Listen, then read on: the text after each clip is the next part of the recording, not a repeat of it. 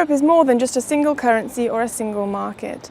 These are the words of Philip Kern today in the conference here in Brussels. The Committee of the Regions has been talking today about experiences in the past and future objectives, talking about creativity and innovation as motors for economic growth. Under the Italian presidency of the Council of the European Union, these are the themes that will be taken into consideration today and hopefully looking forward to the future. Philippe Kern, one of your first remarks was Europe is not just a single currency and not just a single market. It's much more than that. Can you explain what the key points from your speech was this morning? I think the key point I want to make is that you don't fall in love with a single market. And the problem of Europe today is that citizens are only told or feed with technical, bureaucratic problems, whilst Europe is almost a utopia. It's a project of getting citizens from different culture, different nationalities to work together. And I think we should maybe go back to this idea that Europe is a unique project in the world whereby we go above the differences and we reconcile the differences in order to create some form of consensus on the way to move forward.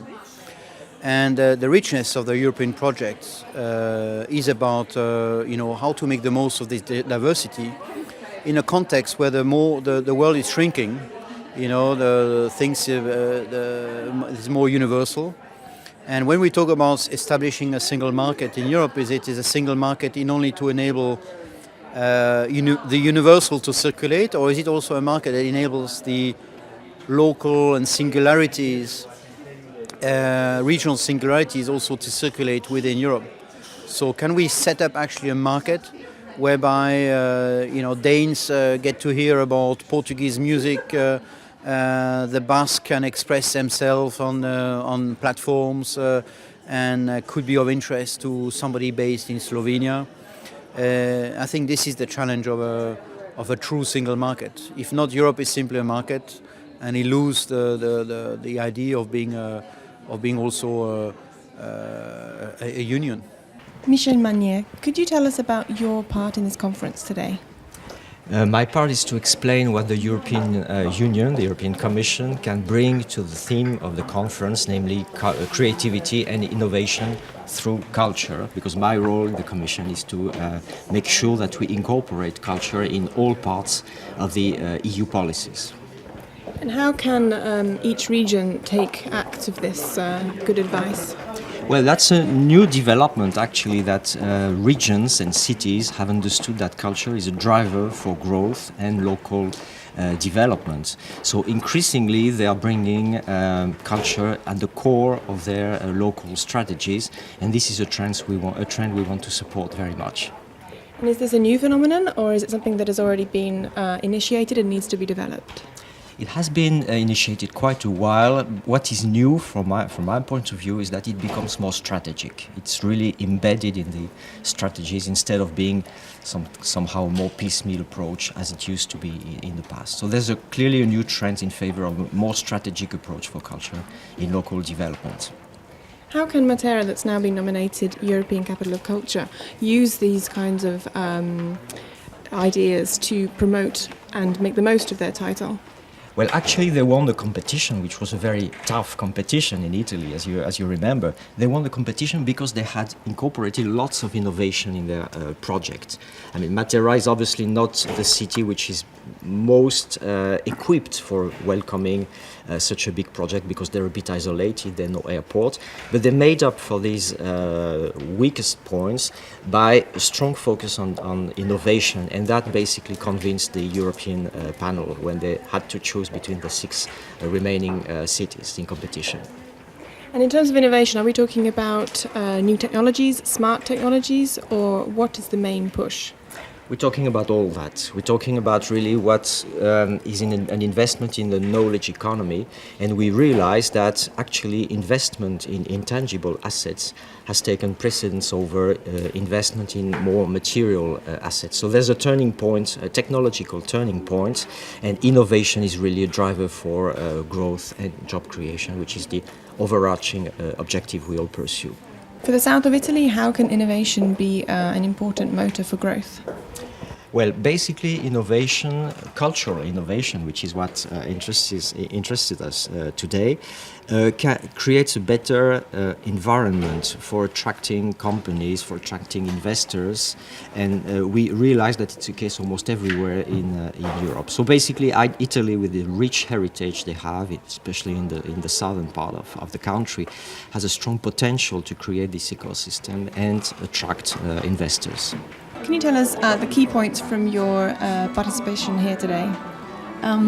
Yes, well, I came here to emphasize how important the creative mind will be for the prosperity of Europe. We now have to compete with the rest of the world. It's clear we're not going to compete assembling pieces of devices, or we're not going to compete on costs. We have to compete on ideas, and Europe is very well placed to do that. So we need, it is very important that we generate talent, that we cultivate talent, and then that we use talent. And we have to use it from very basic things of design, designing products that people like, that are easy to use, solving problems of industry. We have to also design for not only for consumer products but also for industrial. Even I put the example of industrial machinery that has to be easy to use with a very nice interface. This is not only the work of engineers; it's also the work of creative designers who have to work with engineers. So there's a whole aspect of creativity that we're seeing that is very commercially applied. So creators need to have a commercial mind to solve the problems of the productive economy, to solve problems of users of certain products or services, and this is a whole field. I also noted that for that, I mean, the creative people have to have a commercial mind, but also the commercial people have to have a creative mind. And so I told some stories that the enterprises that do best, the firms that do best, is where the management sees that they need to be excellent, they need to be very good, and they need to care about the user's experience.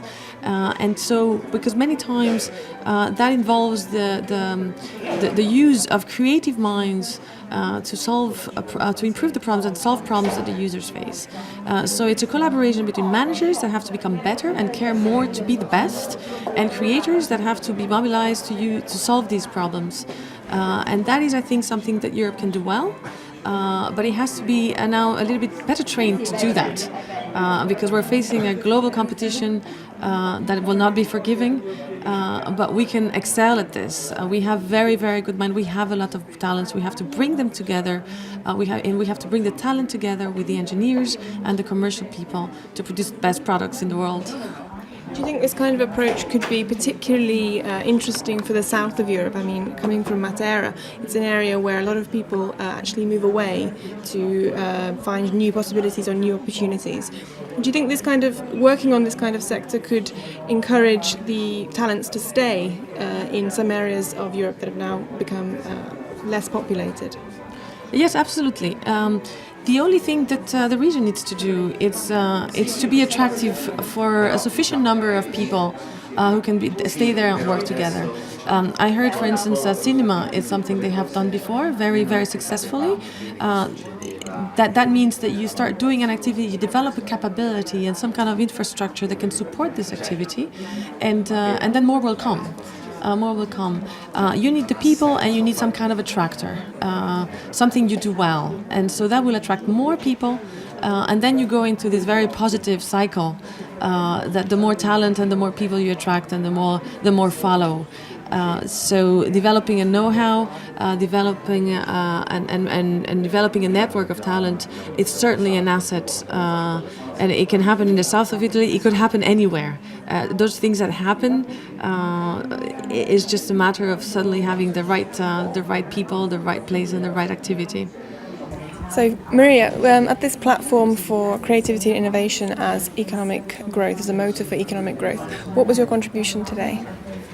Well, my contribution this afternoon will be to explain, first of all, how Schloss Schönbrunn Palace in Vienna is being operated, and how we keep the balance between preserving the palace and preserving other historical cultural sites, and at the same time also creating innovative products and offering new innovative offers for interested people. I mean, one example is a virtual museum we have had online for more than 4 years now.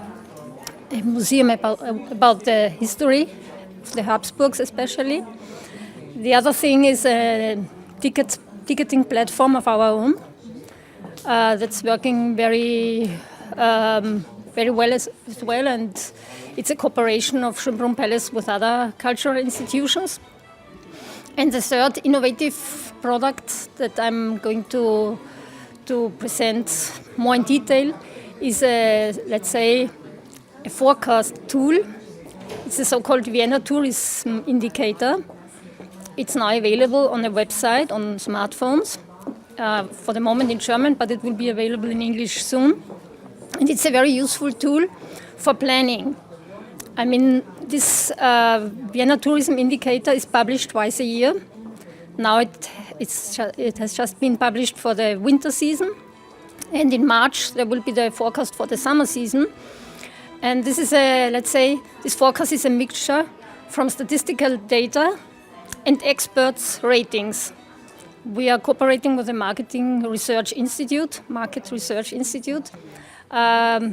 who is elaborating this report twice a year. And it's calculating a kind of model between statistical data of the past and the opinions of tourism experts that are estimating the development of tourism arrivals in Vienna. So we have very reliable, very accurate forecast data that help us a lot to plan our operations. Because only in Schönbrunn Palace we are almost achieving some 3 million visitors a year. And so it's quite important to know whether there will be some 5 or even 10% more, so we can plan our operations, personnel, and so on. Okay. And I hope it will be interesting for the audience to see examples of innovative activities we are doing. Ian Hamilton, could you tell us what you're going to be talking about this afternoon? Sure. I'm based in the northern half of Scotland, in the Highlands and Islands, which is a very rural area with really one sort of major urban centre, which is not terribly big in itself. So what I'm going to be talking about is how very small creative businesses can be brought together to create a scale and find new ways of working and generate more income and develop opportunities for the region in conjunction with the public sector like myself. And what have been your experiences so far? What has stood out for you in terms of experience? The main thing was that we have these assumptions that the big centres, London and New York and things, will be the places where the most creative activity happens. And actually, we've found some incredible international partners spread around the world who maybe are fairly small in their own right, but have fantastic creative ideas, use digital technology in really exciting new ways to reach new markets, and it's a great opportunity to work with other people. The biggest city near you is Glasgow, is that right? And they had they were one of the success stories, I think, of the European Capital of Cultures, also being one of the first cities or capitals to not actually be a capital of a country. Do you think the impact is still felt, and was it a big impact? Yeah, I think it is still felt, and certainly if the Glasgow experience is anything to go by, Matera will do very well from this. But it's been a while, but they've achieved a lot. They transformed the city very much at that time with far more cultural activity, regenerated large areas of the city, changed the way some of the sector was supported, and you still see it as a very vibrant cultural centre, and obviously leads to a big challenge between our capital in Scotland, Edinburgh, and Glasgow as to which is the most important and most cultural. So it could also be an interesting analogy for Matera and Basilicata as a region, which I don't know if you know is very agricultural and very rural and has a lot of the geographical problems perhaps that Scotland also does. What piece of advice could you give to Basilicata to make the most of these smaller enterprises looking to make the most of creativity and culture? Well, the first thing is that you're having looked at all the pictures and seen what the place looks like. It looks incredible. So you have something special to sell already, in the sense that you need to have something unique, a colour, a feel, a sound, whatever it is. And then after that, it's about finding people that who share these interests and that you can work with. And so now we've reached a stage where bigger international players in creative industries around the world are looking to the Highlands as an entry point into Scotland, sometimes into the UK. And I see no reason why the south of Italy, through Matera, couldn't do the same thing and bring people into Italy to find partnerships, to find working opportunities, but maybe change the direction, go in there rather than maybe in through Rome or one of your other bigger cities. Clara Montero, you represent the past government in Spain, and you are head of the culture department. What were the key points from this morning? This morning, I was telling you, this morning it was very interesting because we had very different approaches from the different departments of the European Commission, and some of them were more focused on innovation and industry and entrepreneurship, and others were more focused on the cultural aspect. And in my statement, as one of the leading working lines in the conference was the economic impact of the cultural industries in a region. And as I was here representing a Department of Culture, for me it was very important to say, yes, the cultural projects and cultural companies, they do have an effect in the economy. They do have big benefits, but these benefits is for the community and not so much for the cultural industries, because the cultural enterprises and projects are going through difficult times. So they really generate richness, they contribute to the innovation of the industries, they contribute with social values, but among all with cultural values, and I think this is an important value per se. So we don't need to speak only about the economic impact. And for this, I think that the governments and the public sector has to continue with its engagement and investment for the culture. Yeah. So San Sebastián will be City of Culture 2016. Can you tell us about that at all?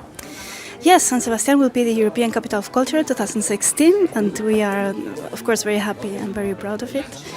There is already a team of people working on that and developing the project. It is a very ambitious project because it is a project that try to exactly innovate in the way we do culture.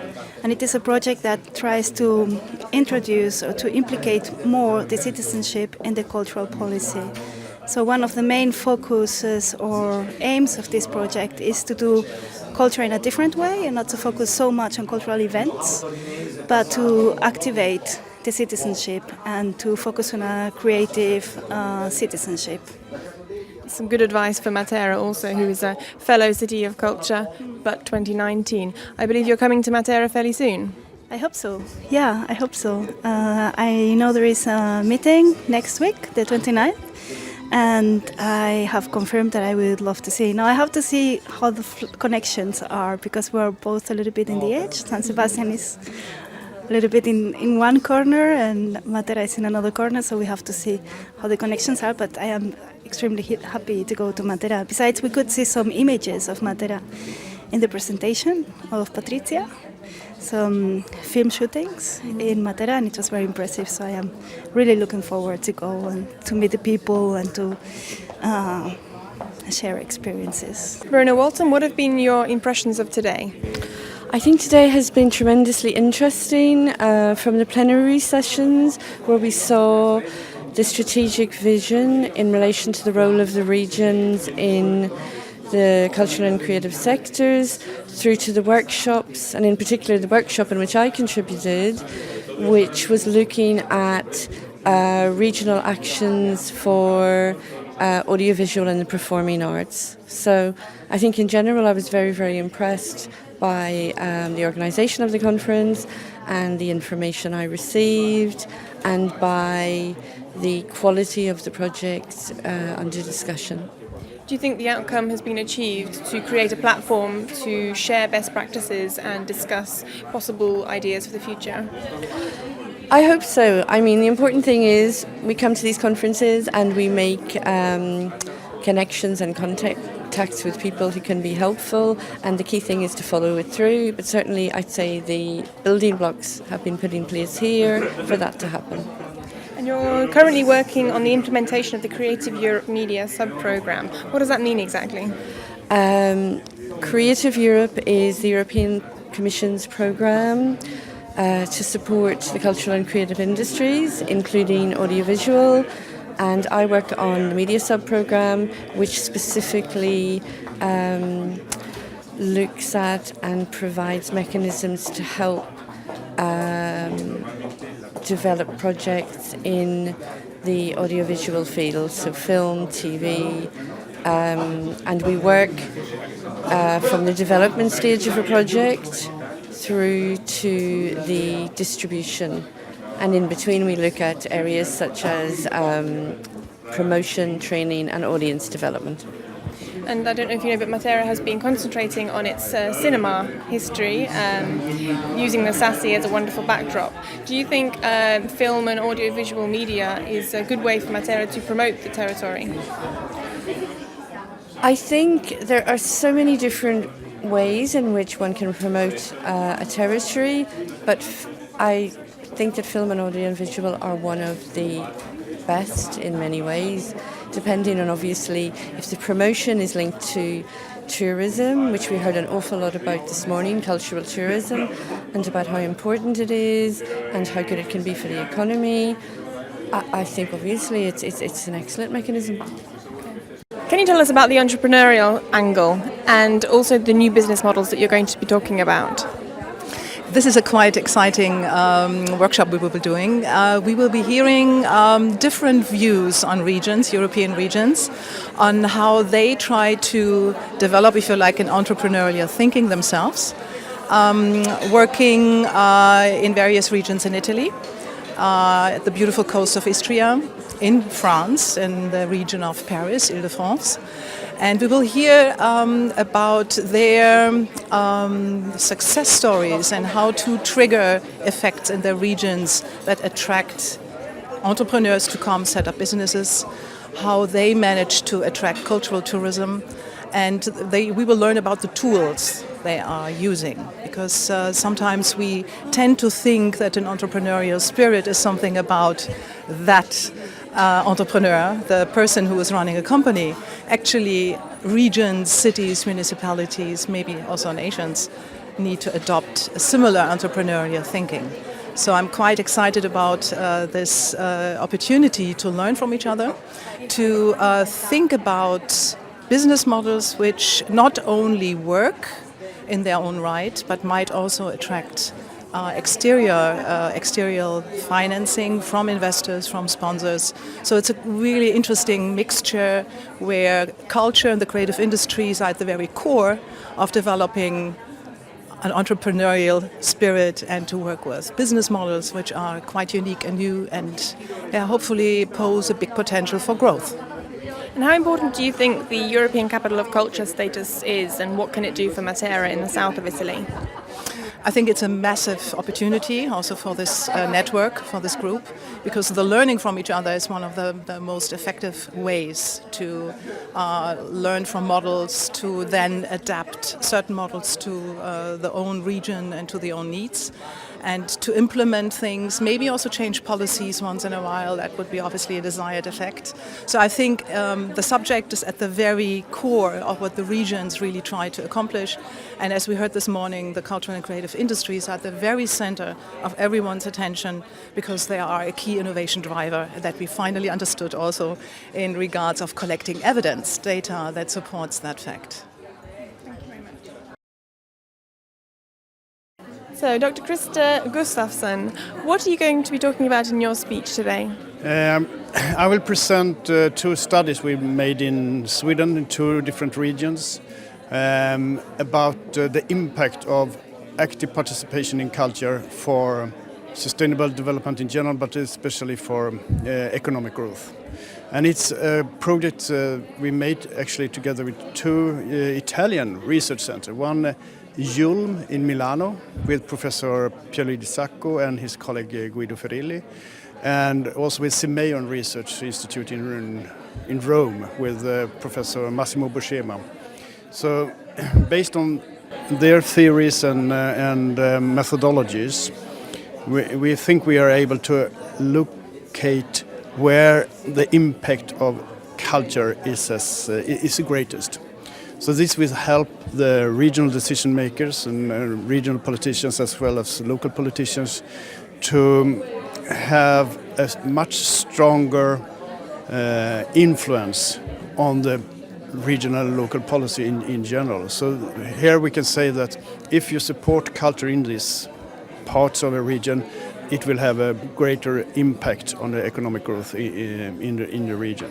So for us in Sweden, I think it's the first time where we actually can link and have evidence-based survey that can clearly show the impact of culture and also give that to the politicians so they can make much better, hopefully much better decisions in the future. So investing in culture pays off in the end. Do you think this change in mentality is a recent thing, or do you think it's something that has started but really needs to be developed? I think that for the period of the last, let's say, 10 years, it has increased a lot. And it also opened up for not just politicians but people in general to see the linkage between culture, creativity and also innovation. And today I think that more and more are understanding the linkage between also innovation and job creation, and that Europe had changed. So it's another kind of jobs that will be created here today and also in the future. So this, of course, is interesting because here culture has a much bigger impact on the new jobs that will be created in the future. And today I think that most of the politicians I don't know this, but I hope that I can see that more and more politicians and decision makers and policy makers are aware of this and also realize this and also have the strategies for this.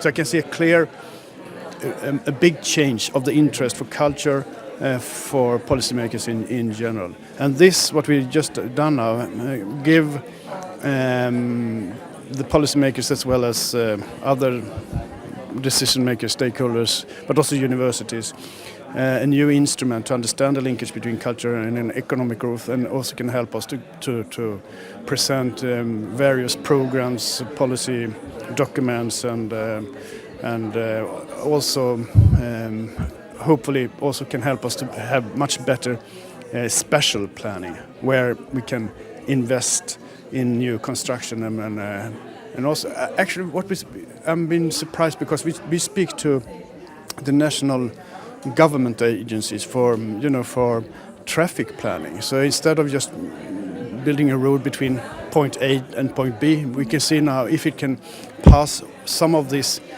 points where we look at the culture's impact of economic growth, because then this infrastructure can also help and give more energy, so to say, to the economic development. So it is a real cross-sectorial cooperation that we have been able to develop there. So this year Sweden is hosting the Capital of Culture, and Matera 2019 has been elected Capital of Culture in 5 years' time. Do you think basing their dossier, their bid book on culture was the winning factor? I mean, Matera has really used the cornerstones of creativity and innovation to promote a southern Italy which has maybe been struggling for a little while. If I think, I didn't get the question. What is the question? If I think that it was of importance? Yes, of course. I don't know the decision makers here, but I think so, and I think also because I've been to Italy a lot, and I met colleagues, and I can also see the discussion, and can hear the discussion and so on. And what I think is of importance, especially maybe for southern Italy, if I understand it correctly, there with the needing job creation, also new economy and so on. So. Of course, I think that culture can play an important role here. Of course, I think it maybe can play the most important part of the economic growth in southern Italy.